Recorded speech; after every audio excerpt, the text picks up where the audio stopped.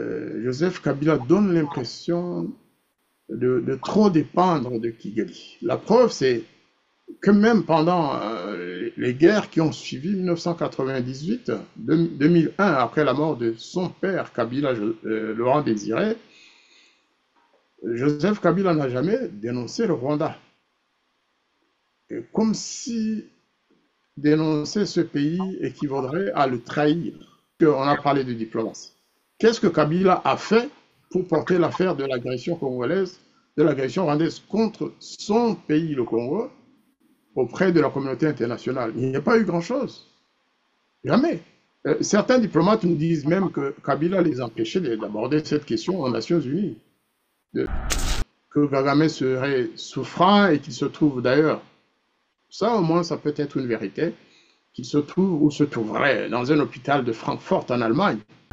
Kagame préparait une grande attaque maintenant, une grande offensive dans le Kivu sud et nord, mais aussi vers le plus au nord, le Lubero, Beni Butembo, vers Kisangani même.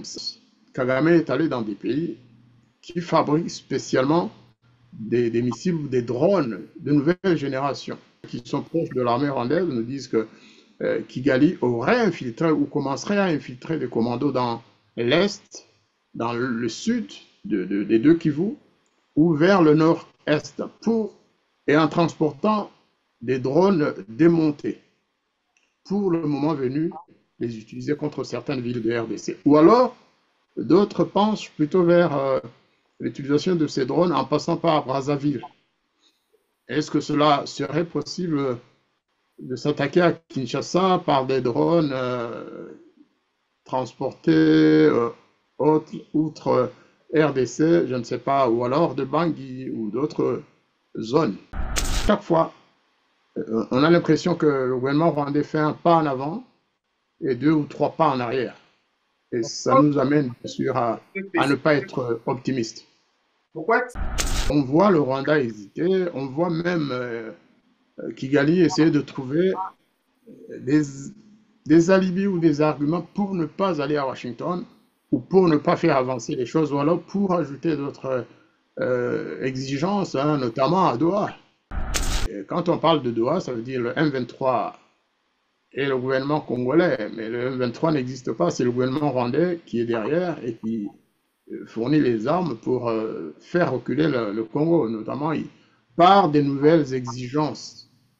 Info 243 au cœur de l'actualité. Focus sur les questions d'actualité. Mesdames et messieurs, bonjour et bienvenue.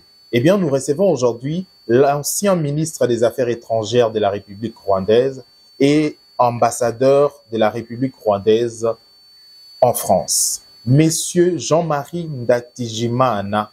Bonjour, Monsieur Jean-Marie Ndatigimana. Bonjour, Monsieur et cher frère Raphaël Walkonka. C'est un plaisir pour moi, bien sûr, d'être dans votre émission.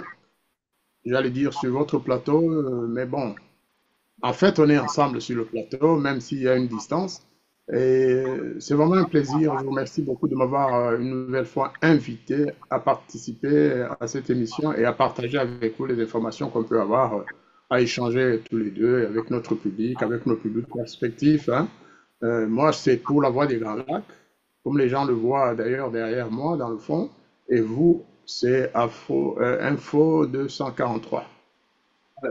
Alors, vous êtes habitué de grandes rencontres. Quel est votre sentiment ou perception en ce qui concerne la rencontre entre la République démocratique du Congo, le pourparler de Doha? Que ce soit Doha ou Washington, vous savez, moi je suis de nature optimiste.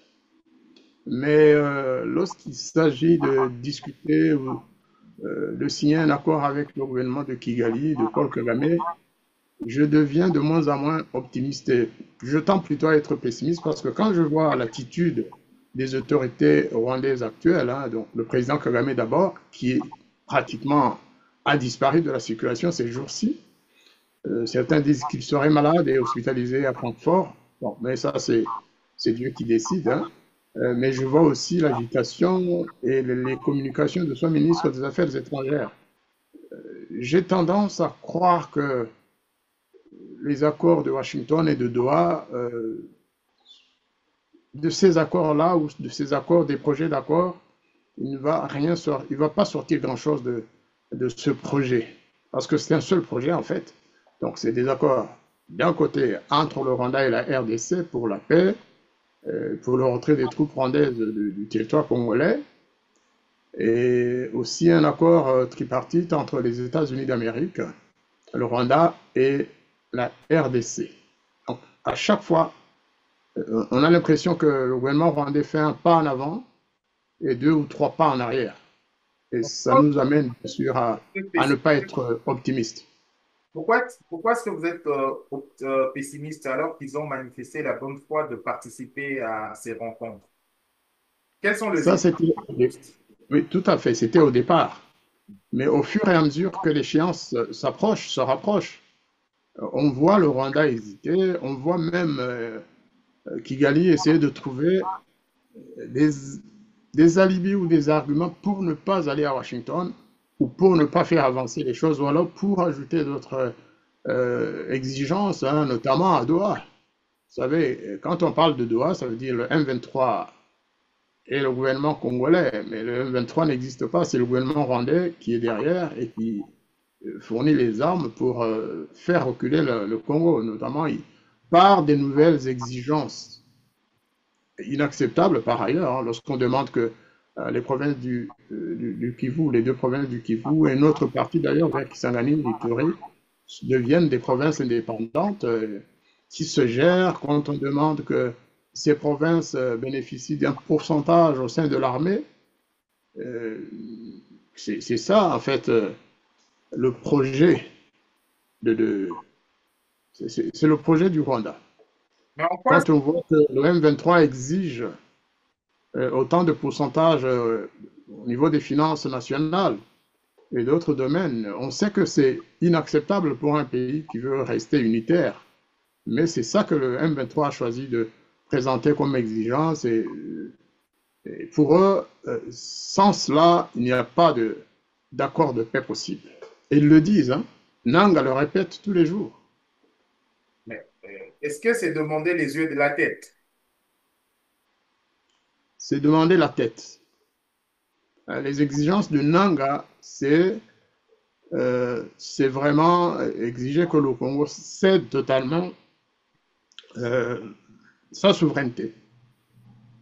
C'est d'exiger que le pouvoir territorial qu'ils ont acquis là à l'Est devienne la souveraineté nationale et que Kinshasa cède.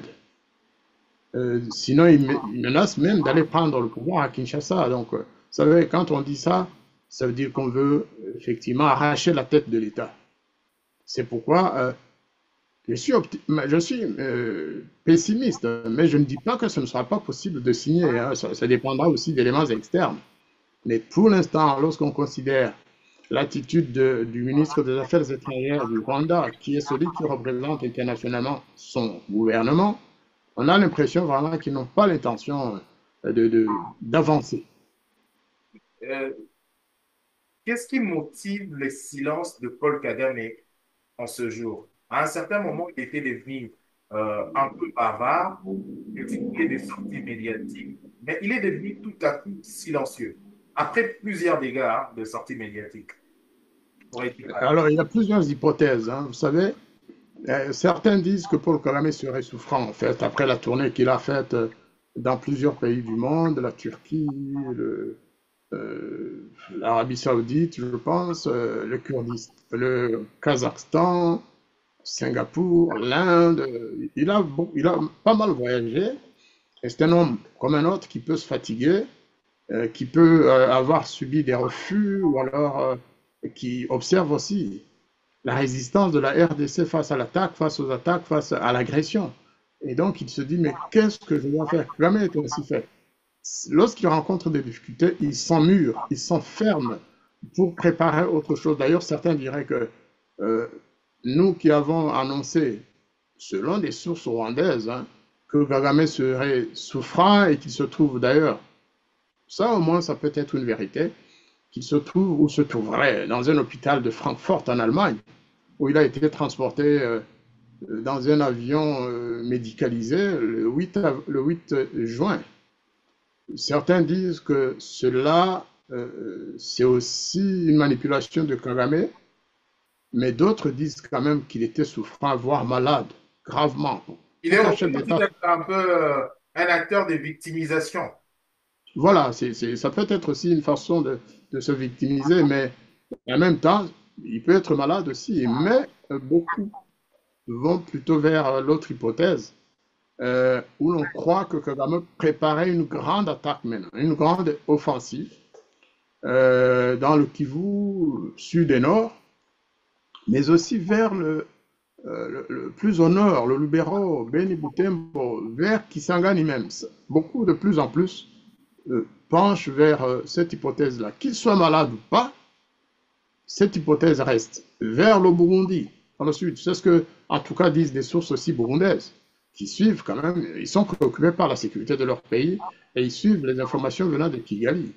Et donc, il faut, je pense, pour les autorités congolaises qui sont sans doute mieux informées que nous, il faut suivre tout cela et se préparer à une éventuelle folie de Paul Kagame, parce que cela est possible. Alors, Et puis, on parle de, vous savez, regardez ce qui se passe maintenant entre Israël et l'Iran. Hein, tous ces missiles qui vont et qui viennent. Vous savez que le Rwanda, justement, dans ses recherches de plus de puissance, Kagame est allé dans des pays qui fabriquent spécialement des missiles ou des drones de nouvelle génération. Alors, je n'ose pas développer ce thème parce que je n'ai pas tous les éléments, mais apparemment, il y aurait des infiltrations de commandos rwandais, et ça aussi, c'est pas l'objet de mon imagination, c'est ce qu'on nous dit, ceux qui sont proches de l'armée rwandaise nous disent que Kigali aurait infiltré ou commencerait à infiltrer des commandos dans l'est, dans le sud des deux Kivu, ou vers le nord-est, et en transportant des drones démontés, pour le moment venu, les utiliser contre certaines villes de RDC. Ou alors, d'autres pensent plutôt vers l'utilisation de ces drones en passant par Brazzaville.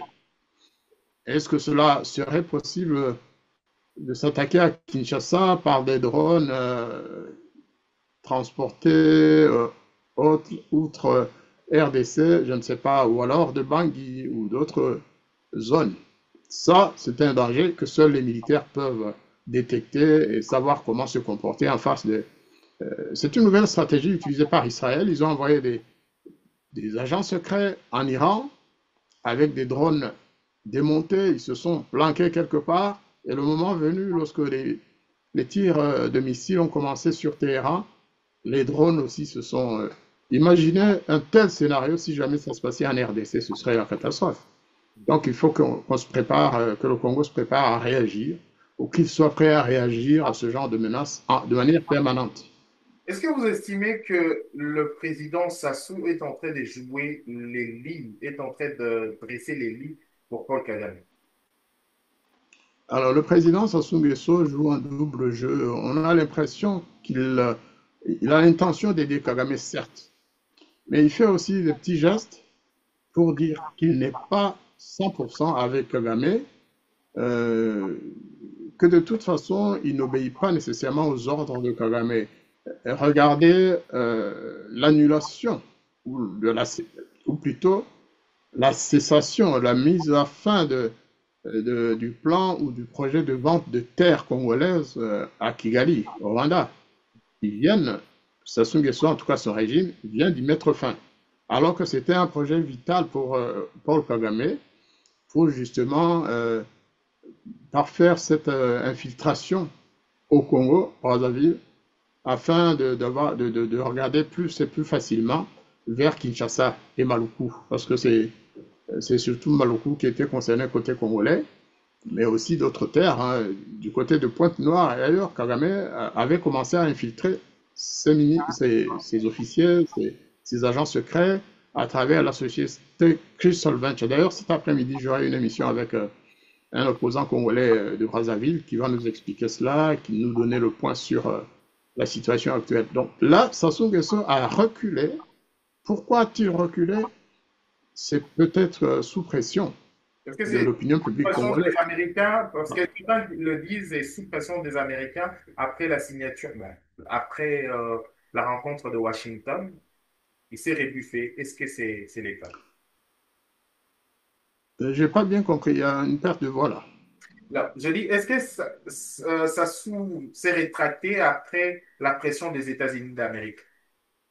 Tout à fait, tout à fait. C'est depuis, en fait, depuis que le projet d'accord avec la RDC et de paix, le projet de paix entre le Rwanda et la RDC a commencé, depuis ces négociations de Washington, Sassou Nguesso a dû aussi être contacté je suppose que Malas Boulos a dû lui dire, Monsieur le Président, ne vous mettez pas sur notre route, parce que nous savons tout ce qui se passe.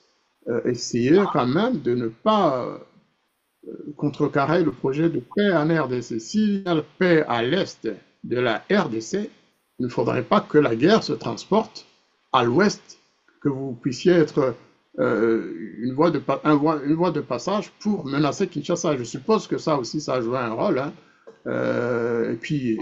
L'opinion congolaise quand même, parce qu'au Congo, Brazzaville, il y a comme à Kinshasa une opposition qui parle, qui s'exprime, une opposition qui a un impact sur l'opinion publique congolaise de manière générale. Or, Sassou Nguesso est quand même à la fin de son mandat, et s'il veut même laisser sa place à son fils, il est très important qu'il soit sage, qu'il ne commence pas une guerre avec la RDC. Parce que je suis convaincu que si Brazzaville abritait des commandos rwandais, si ces commandos osaient s'attaquer à la RDC à partir de l'Ouest, eh bien, je crois que Kinshasa ne resterait pas immobile. Hein. Il y aurait une réaction et les premiers qui en souffriraient, ce n'est pas les Rwandais, ce seraient les Congolais. Et les Congolais, je suppose qu'ils ne veulent pas d'une guerre chez eux avec Est-ce le que, grand voisin. et ça sera un déclenchement d'une guerre régionale? Ah oui, si de toute façon le Rwanda passe par Brazzaville, si jamais, si jamais ils le font, ce serait la poursuite d'une guerre régionale qui a commencé à l'Est. Alors, regardez ce qui s'est passé il y a une semaine ou un peu plus, le retrait du Rwanda de la CEAC. Tout se passait normalement à Malabo, euh, mais il se fait quand même que tous les pays membres de la CEAC, on nous dit qu'il n'y a pas un seul qui ait dit non au départ du Rwanda, ils ont laissé le Rwanda partir. Même si le Congo-Brazzaville, à un moment donné, aurait défendu quand même la position du Rwanda, mais ils n'ont pas osé aller plus loin. Parce que aller plus loin aurait signifié que ce pays ne reconnaît pas l'état d'agresseur et de pilleur des ressources du Congo, le rôle que joue le Rwanda dans cette guerre de l'Est. Or, c'était ça le point d'achoppement. Est-ce que le Rwanda est un pays agresseur? Est-ce qu'un pays qui agresse un autre pays membre de la CEAC, qui a une charte qui interdit la violation de la souveraineté des autres pays membres ou de l'intégrité territoriale des autres pays membres, un pays qui mène la guerre contre ses voisins, c'est contre les principes même de la CEAC, est-ce que ce pays pouvait vraiment présider le, le sommet, être président en exercice des chefs d'État de la CEAC? Or, de constater que Brazzaville ne s'est pas opposé à cela, je crois que c'est une bonne chose. Ce qui m'a étonné, c'est que, par ailleurs, Brazzaville n'a pas soutenu la RDC à New York pour les élections au Conseil de sécurité à l'Assemblée générale. Ça fait un peu désordre. Ce pays soutient quasiment la RDC à Malabo, peut-être parce qu'il y a des pays voisins et autres qui disent mais grand frère Sassou, allons-y doucement, vous n'allez pas saboter quand même le projet d'accord de la RDC. Mais à New York, Sassou Nguesso s'est opposé à l'élection de la RDC au Conseil de sécurité. Et tout ça, c'est pour des raisons inexplicables, hein, mais ça peut démontrer que Sassou Nguesso a un langage double quand même, hein, c'est clair et net. Il n'est pas à 100% avec la RDC. Cette tension d'hostilité qui ne dit pas son nom dans la région, Euh, Est-ce que c'est Paul Kagame l'auteur de tout ce qui se passe aujourd'hui dans la région? Et apparemment, C'est- c'est plus entre la RDC et le Rwanda que ces tensions se jouent. Soit vous êtes Bon, au camp de la République démocratique du Congo, ou soit vous êtes avec le Rwanda. vous dites moi personnellement, Non, non, c'est ce qui se joue aujourd'hui dans la région. La tout tension à fait, entre l'État, c'est bien cela. les deux camps qui se jouent maintenant.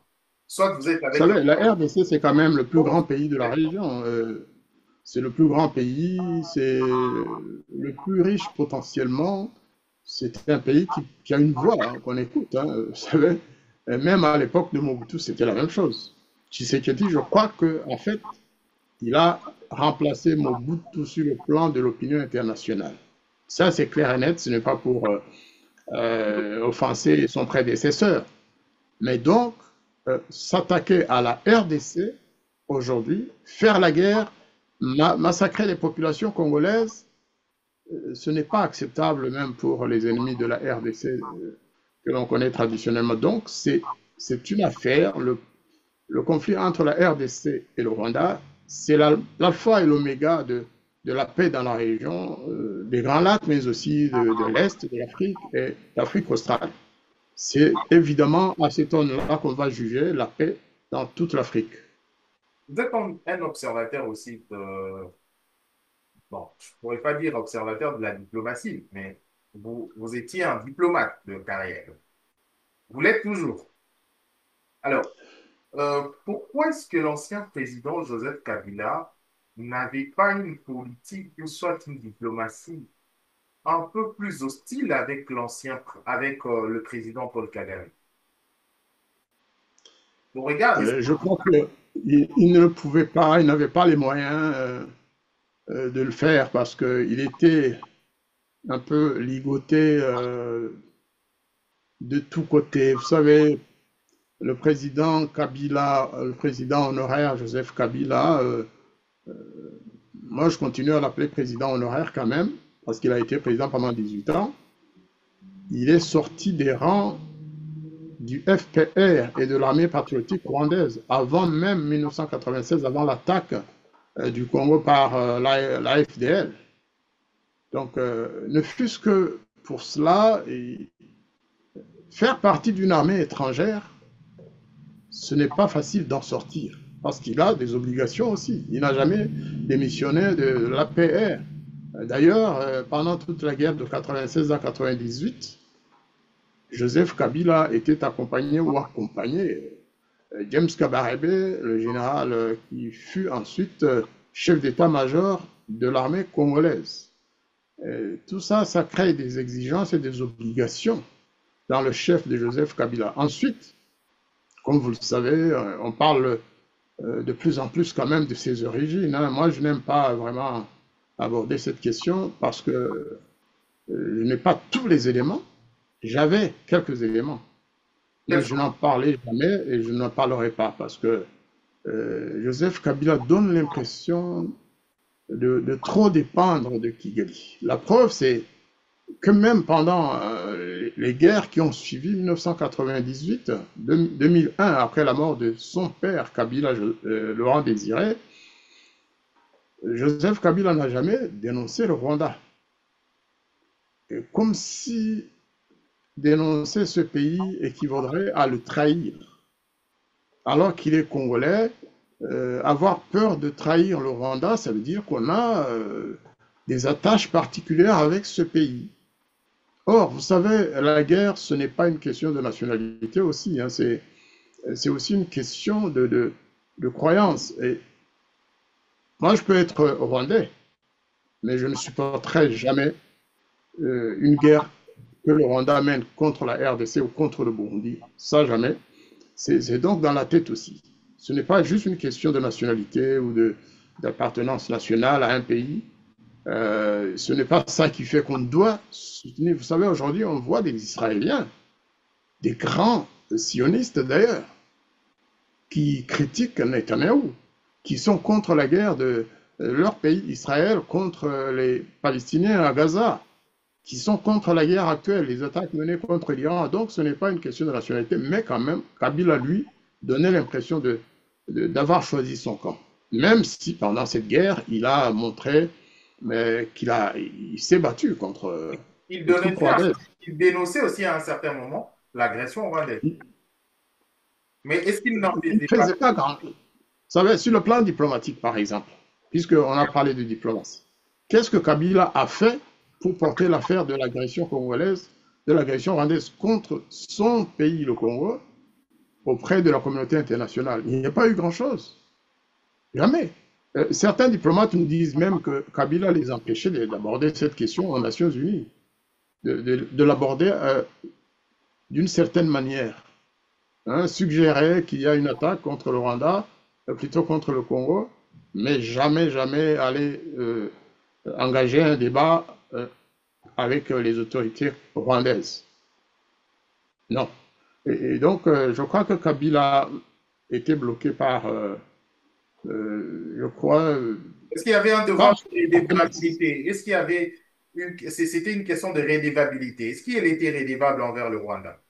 ah oui, naturellement, avoir été officier ou sous-officier de l'armée rwandaise, avoir attaqué son pays, le Congo, je continue à dire son pays, dont il se réclamait en tout cas, s'il était le fils de Laurent Désiré, ça veut dire qu'il était congolais comme Laurent Désiré Kabila. Moi, je connais le nom de Laurent Désiré Kabila depuis les années 60, hein, quand il était déjà dans le maquis.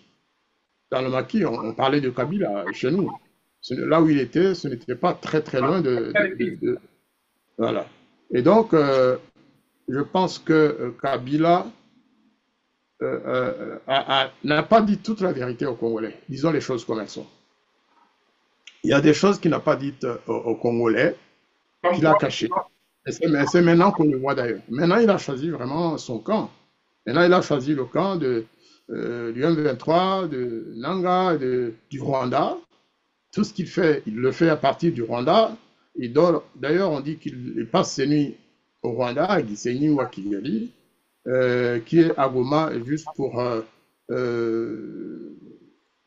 faire du show, pour montrer qu'il est dans cette ville, mais que réellement, il dort au Rwanda. Maintenant, question est entrée au contrat et pour parler entre la République démocratique du Congo et le Rwanda. Aujourd'hui, quelle est l'attitude que la République démocratique du Congo doit adopter lors de ces rencontres? Alors, lors de ces rencontres, je vais parler d'abord, enfin, on en a parlé de l'attitude du Rwanda. Je crois que le Congo doit rester ferme. Il ne faut pas trop céder, quoi. Il ne faut pas céder des exigences ou des demandes fallacieuses de Kigali qui veut retarder la signature. J'ai toujours pensé que le Rwanda jouait ce jeu d'occuper le Congo, de le distraire, de gagner le plus de temps possible pendant que lui avance ses pions, pendant que le Congo est distrait par autre chose. Aujourd'hui, quand je regarde les débats, excusez-moi de cette intrusion, hein, de cette ingérence, quand je suis les débats de l'Assemblée nationale à Kinshasa, avec Kamere et les autres, eh bien, je me dis qu'on perd beaucoup de temps dans des affaires plutôt internes qu'on pourrait aborder autrement, plutôt que de parler de la guerre. On ne parle pas suffisamment de la guerre à l'Est, on parle des affaires de Moutamba, on parle des affaires de l'ancien Premier ministre, on parle de je ne sais qui encore, mais la guerre, on n'en parle plus. Je crois que ça, c'est une forme de distraction. Il faudrait que l'Assemblée nationale devienne une assemblée combattante, parce qu'elle a été élue par la population qui est en train de souffrir justement. Et donc, il faudrait que le Congo soit ferme, qu'il s'en tienne aux exigences de départ, en tout cas que rien concernant la cession de sa souveraineté ou de son intégrité territoriale ne vienne perturber le rythme de départ. En fait, que le Congo reste ferme à l'égard du Rwanda, mais aussi à l'égard des États-Unis. Les États-Unis ne doivent pas jouer avec le Congo en termes de si vous ne nous suivez pas, nous n'allons pas accepter cela. Non, le Congo doit être ferme. Le Congo a d'autres alliances possibles, mais je crois que les États-Unis en même temps ont tellement d'intérêt dans ce pays que Washington n'est pas prêt à a changé sa position, espérons. Mais il ne faut pas accepter que Washington soit ou veuille donner trop à Kigali, à Kagame. Alors, je La rappelle, présence de Kagame, voilà, là. Oui, je vous en prie. je rappelle que vous êtes l'ancien ambassadeur de la République rwandaise, ancien ministre des Affaires étrangères, Monsieur Ndakijimana. Merci pour votre disponibilité. Nous sommes presque à la fin de notre entretien. Mais vous entendre parler, c'est comme si vous êtes contre le roi, le régime en place rwandais. Et pourquoi vous Je suis, le régime du oui, c'est-à-dire que je vous l'ai dit, hein, je suis contre cette guerre. roi? La guerre contre la RDC est injuste. Cette guerre n'a aucun fondement. Ensuite, elle est menée par un régime oppressif, un régime qui opprime le peuple rwandais. Je suis bien sûr contre le régime de Paul Kagame, il n'y a pas de doute à avoir avec ça. Mais ce qui me pousse vraiment, ce n'est pas tellement d'abord mon, mon caractère d'opposant à Paul Kagame, non. C'est que le fait d'être opposant me permet de voir la réalité avec l'action de ce pays, le Rwanda, contre notre voisin, ami, frère, le Congo. Et ça, il n'y a pas de choix possible. Il y a pas, c'est-à-dire que si j'avais quelques doutes, si j'avais un doute sur le bon côté ou le fait que le Congo ait raison, ça veut dire que je serais complice du Rwanda en fait. Et je ne veux pas être complice de tous ces massacres. Le Congo n'a jamais attaqué le Rwanda, je le répète. Le Congo n'a jamais massacré des populations rwandaises. Le Congo a toujours été victime de la barbarie et de l'agression du Rwanda. Et ce n'est pas parce qu'on est rwandais ou burundais ou autre qu'on ne doit pas le dire. Ça suffit comme ça. Je dis, le Congo, si le Congo avait déjà attaqué le Rwanda, si le Congo avait violé des femmes rwandaises, si le Congo avait fait quoi que ce soit contre le Rwanda, bien sûr, je dirais non.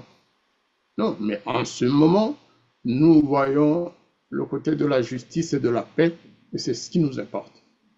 Alors, nous sommes arrivés à la fin de notre émission, mais la dernière question est de savoir, euh, on a comme l'impression de l'extérieur que Paul Kagame est aimé par le peuple rwandais. Est-ce vrai? Ce n'est pas vrai. Le, euh, Paul Kagame est craint par le peuple rwandais, mais il n'est pas aimé du tout. Même les gens qui sont dans le gouvernement ou autres, lorsqu'ils viennent en Europe, ils nous disent continuez à parler, il faut vous exprimer parce que nous souffrons au Rwanda. Nous, on ne peut pas parler. Vous savez, aujourd'hui encore, j'ai appris la mort d'un programme officer du PAM hein, à Kigali qui a été assassiné par le gouvernement parce qu'il faisait un rapport pour montrer le niveau de la faim ou de la famine que traverse le Rwanda. Il faisait un rapport pour imaginer ou évaluer l'aide alimentaire dont le Rwanda a besoin. Le Rwanda et le gouvernement n'a pas apprécié son rapport. Ils l'ont tué, ils ont pris son ordinateur, ils ont volé ses téléphones et tout. Ils ont saccagé sa maison. Bien sûr, ils vont dire que oui, il est rentré avec une jeune fille de mauvaise manière et une Ndumba. Mais en fait, il a été assassiné par le gouvernement rwandais, on le sait. C'est tous les jours comme ça. Comment soutenir un régime comme celui-là, qui massacre au Rwanda et en RDC, et au Burundi d'ailleurs. Merci, Monsieur Ndatijima pour votre disponibilité. Ça n'est fini pour cette édition. Merci de l'avoir suivi, chers internautes. Retrouvons-nous prochainement pour une autre édition. D'ici là, portez-vous bien. Au revoir. C'est moi qui vous remercie et je salue tout votre public, votre audience et ce sera pour très bientôt. Merci. Merci.